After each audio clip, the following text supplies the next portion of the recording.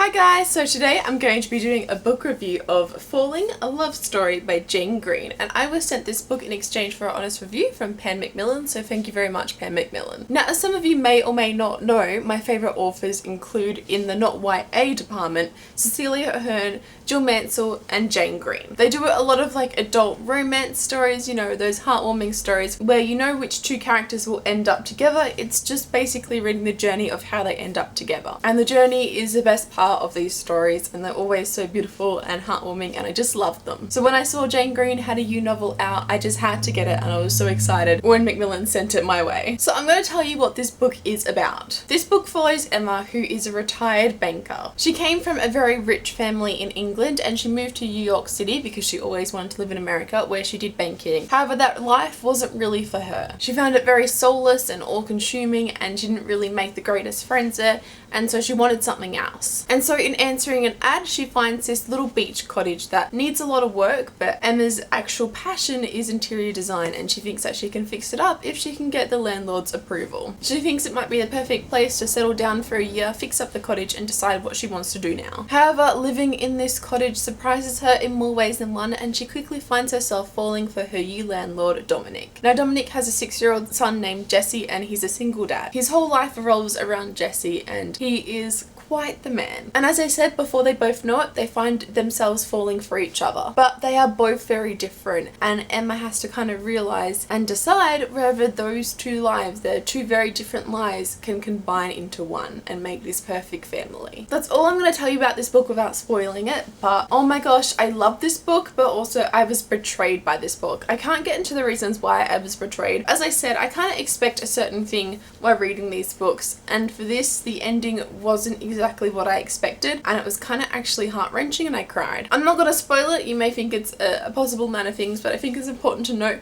I don't know, I just feel betrayed, alright guys, and I need to vent about it because I feel betrayed. But also, I love that the author did something a little bit different. It surprised me what happened, and even though I really wasn't a big fan of what happened, I could appreciate what happened and even come to like it a little bit more than her normal endings. This ending itself was very bittersweet, and I felt like I enjoyed the story a whole lot more, and I just connected to the characters that tiny bit more than maybe what I would have. I really enjoyed all the characters in here, especially Emma, Dominic and Jesse. Sometimes Jesse, which is the younger son, could at times be a little bit of a pain, but you could totally understand why he was acting the way he was. It's always just been him and his dad, so when this woman comes into his life and seems to be somewhat mothering him, he's of course not going to accept it willy-nilly. Overall though, Jesse was such a sweet kid, and I really enjoyed reading about him. Then you have Dominic, who I absolutely loved. Dominic was amazing. He was just so sweet and caring, and he had changed so much from when he was younger. You know, you hear about how he changed, but how fatherhood had changed him, and how being a single dad had changed him for the better, I think, definitely.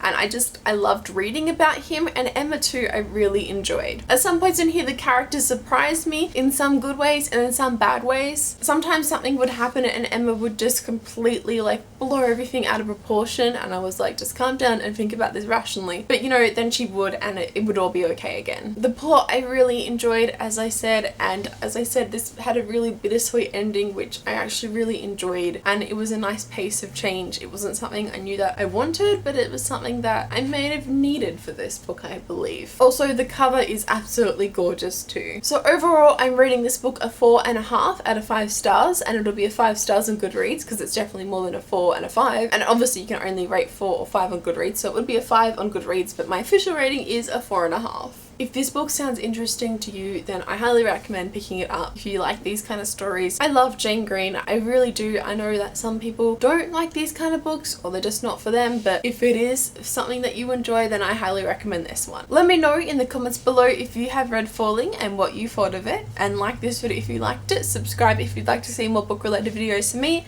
and I will see you next time. Okay, bye!